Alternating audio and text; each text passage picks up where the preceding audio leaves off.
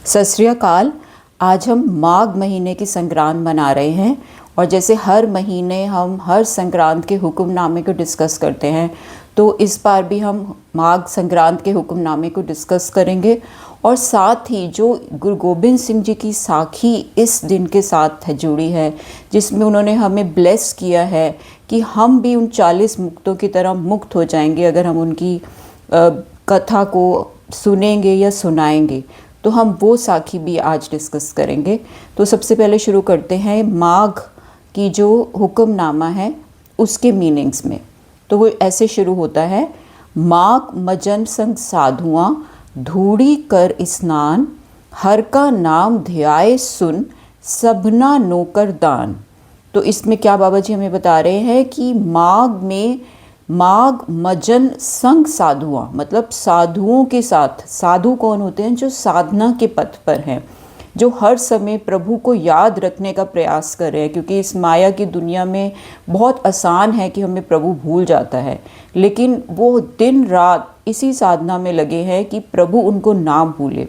तो ऐसे साधक जो हैं उनके साथ रह के प्रभु का नाम जपेंगे तो हमें भी प्रभु ज़्यादा याद आएगा, हमेशा याद रहेगा, उसका अंग संग साथ हमेशा हमें हमारे साथ रहेगा।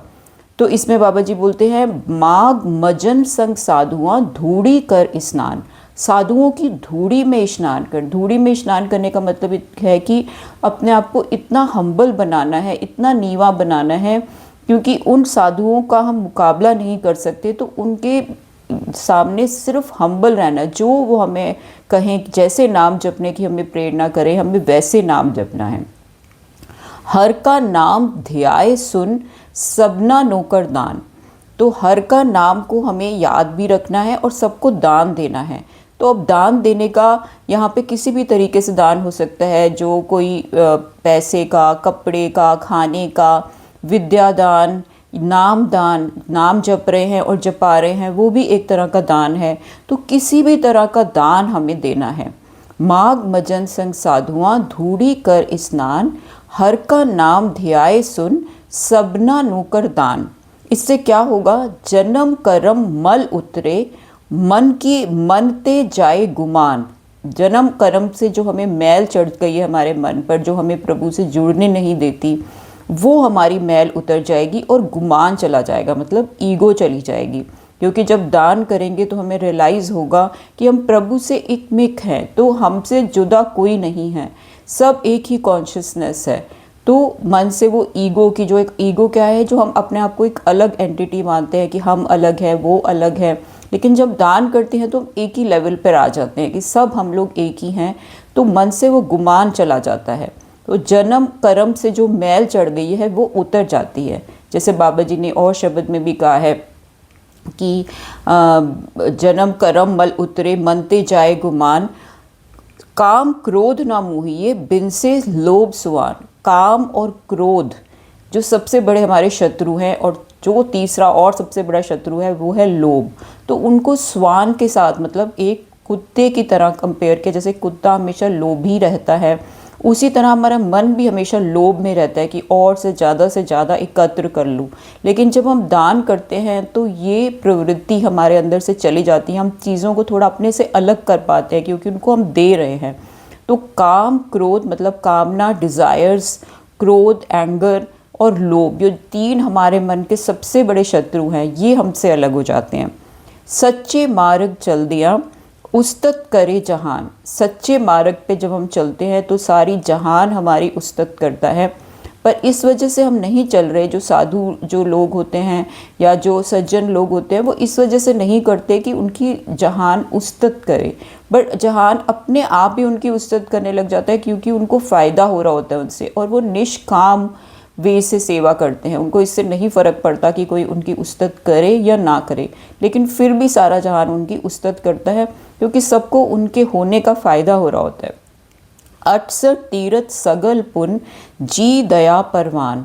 68 तीर्थों का पुण्य, हमारे हिंदुस्तान में ऐसा माना जाता था सनातन धर्म से कि 68 तीर्थ मतलब 68 तीर्थ हैं, और वहाँ जाके अगर स्नान कर लो तो हमारे सारे पाप धुल जाएंगे।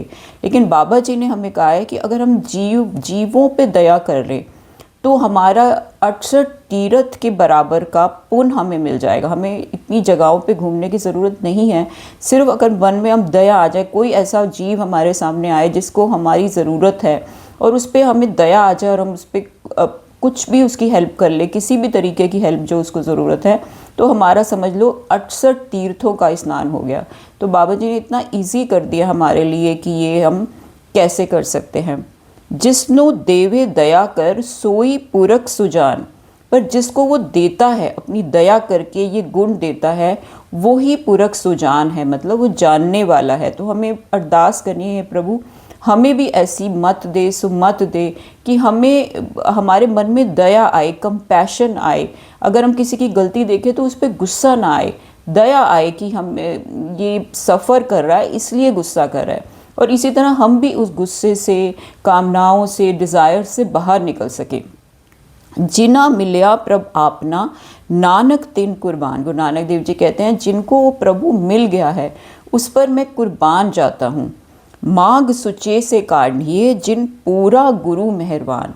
और माघ में वो सुच्चे होके बाहर निकलते हैं। ये माघ का पूरा महीना चल रहा है और इस महीने में जो भी इन प्रिंसिपल्स को, जिस पे बाबा जी ने हमें चलने को बोला है, अगर उस पर हम चलेंगे तो हम सुच्चे होके, साफ, हमारा मन साफ होके बाहर निकल पाएगा। तो ये इस महीने का हुक्मनामा था। अब इस माघ से जुड़ी हुई जो गुरु गोबिंद सिंह जी की कथा है, जिसमें 40 मुक्तों का जो ज़िक्र आता है, जब हम अरदास करते हैं 40 मुक्ते, हठियाँ, जपियाँ, तपियाँ, सबने अरदास में सुना होगा। तो उसके पीछे की आज की क्या साखी है, ये हम डिस्कस करते हैं। तो इसके पीछे की स्टार्ट ऐसे होती है कि जब अनंतपुर साहिब में गुरु गोबिंद सिंह जी थे और मुग़ल उनके ऊपर चढ़ाई कर रहे थे, एंड रोज़ लाखों मुग़लों की सेनाएं आकर वहाँ अनंतपुर साहिब में वहाँ पे लड़ाई होती थी, जिसकी वजह से काफ़ी सिंह मारे जाते थे। तो उसमें कुछ सिंह जो है वो डीमोटिवेट हो गए। एक जत्था था जो कि हेडेड था महान सिंह के द्वारा, तो वो 40 लोगों का एक जत्था था और वो उन्होंने बोला कि हमें क्या मिलेगा, हमें तो हारना ही है, वो लाखों में और हम कुछ गिनती में ही हैं, तो हमें ये लड़ाई नहीं लड़नी, हमें अपने घर वापस जाना है। तो गुरु गोबिंद सिंह जी ने बोला कि ठीक है, अगर तुम्हें वापस जाना है तो तुम ये लिख के दे दो कि आज के बाद तू हमारा गुरु नहीं और हम तेरे सिख नहीं। तो उन्होंने कहा ठीक है, हम लिख के दे देते हैं। तो उन्होंने वो एक पेपर पे लिख कर दे दिया कि आज के बाद तू हमारा गुरु नहीं और हम तेरे सिख नहीं। और वो खुशी खुशी कि हम तो अपनी फैमिली से मिलने जा रहे हैं और हम फैमिली के साथ अब आराम से रहेंगे, क्या ज़रूरत है यहाँ पे भूखे प्यासे रह के, और पता ही है कि एंड में मरना ही है, जीत तो हम सकते नहीं हैं। तो वो घर की ओर रवाना हो गए, वो 40 सिख जो थे। अब जैसे ही वो घर पहुँचे, हर एक कोई जैसे अपने घर पहुँचा, सबके साथ सेम घटना हुई कि सबके घर वालों को जैसे ही पता चला कि ये गुरु से बेमुख होके आ गए हैं, गुरु को बेदावा दे के आ गए हैं कि उनके वो सिख नहीं और वो हमारा गुरु नहीं और हम तेरे सिख नहीं, तो सारे घर वालों ने उनसे मुंह मोड़ लिया। उन्होंने बोला ऐसे इंसान की हमें कोई ज़रूरत नहीं है जो गुरु से बेमुख हो गया। सबके घरों में ये हुआ कि किसी ने भी उनसे बात नहीं करी और उनका मन खुद भी गिल्ट में था, क्योंकि जब भी हम कॉन्शियस के हिसाब से नहीं चलते, जो सही होता है वो नहीं करने की हिम्मत जुटाते, तो हम एक गिल्ट में चले जाते हैं। कभी हमें लगता है कि हम कंफर्ट्स में वापस जा रहे हैं, लेकिन वो हमें कंफर्ट्स दुखी देती हैं। तो अंदर से वो बहुत दुखी हो गए और उनको लगा कि इससे तो मरना अच्छा था, कि हम अगर वहाँ रहते, गुरु के साथ रहते, मर भी जाते तो भी एक मन में खुशी और आनंद थी उनके साथ रहते हुए। अब उनसे जैसे ही दूर हुए हैं तो एक मन में अजीब तरह का दुख और एक गिल्ट है, और वो ऐसा लग रहा था एक एक पल उन पे भारी पड़ रहा था।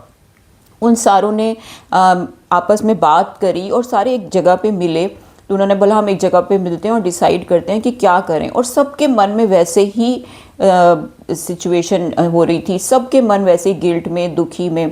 तो वहाँ एक माई भागो जी थी जो कथा कर रही थी, और जैसे वो वहाँ पहुँचे, और बाय चांस कथा का भी यही सार था कि जो गुरु से बेमुख हो जाता है उसको कोई भी, भगवान भी नहीं बचा सकता, और ये सबसे बड़ा महापाप है गुरु से बेमुख होना। तो एक लास्ट जो उनके मन में दुविधा थी कि हमने गलत किया है, उनकी बात सुन के वो दुविधा बिल्कुल दूर हो गई कि अब तो हमें जाके पश्चाताप करना है, अब चाहे हम मर जाएं लेकिन गुरु का साथ नहीं छोड़ेंगे। तो वो वापस 40 सिख जो थे वो अनंतपुर साहिब की तरफ रवाना हो गए।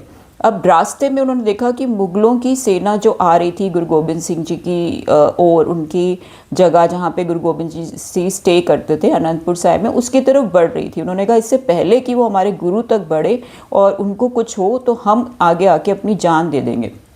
और उन्होंने बहुत बहादुरी से वो लड़ी और उसमें सारे सिख शहीद हो गए। जो उनका हेड था उसमें कुछ सांसें बची थी और वो अरदास कर रहा था कि गुरु साहिब जी मुझे दर्शन दो, मैं आखिरी बार आपसे अपने जत्थे के बिहाफ पे माफ़ी मांगना चाहता हूँ। गुरु गोबिंद सिंह जी तक उनकी दिल की जो आवाज़ है वो पहुँच गई। और गुरु गोबिंद सिंह जी जब वहाँ पहुँचे और जैसे ही उन्होंने देखा कि महान सिंह वहाँ पर बिल्कुल मरने की आखिरी स्टेट पे लेटा, उन्होंने उनका सिर अपनी गोदी में रख लिया और वो महान सिंह फूट फूट के रोने लगा कि गुरु साहिब जी प्लीज़ वो बदावा निकालो, उसको फाड़ दो, हमसे बहुत बड़ी गलती हो गई जो हमने ऐसा बदावा लिख दिया, हमें प्लीज़ हमें माफ़ कर दो।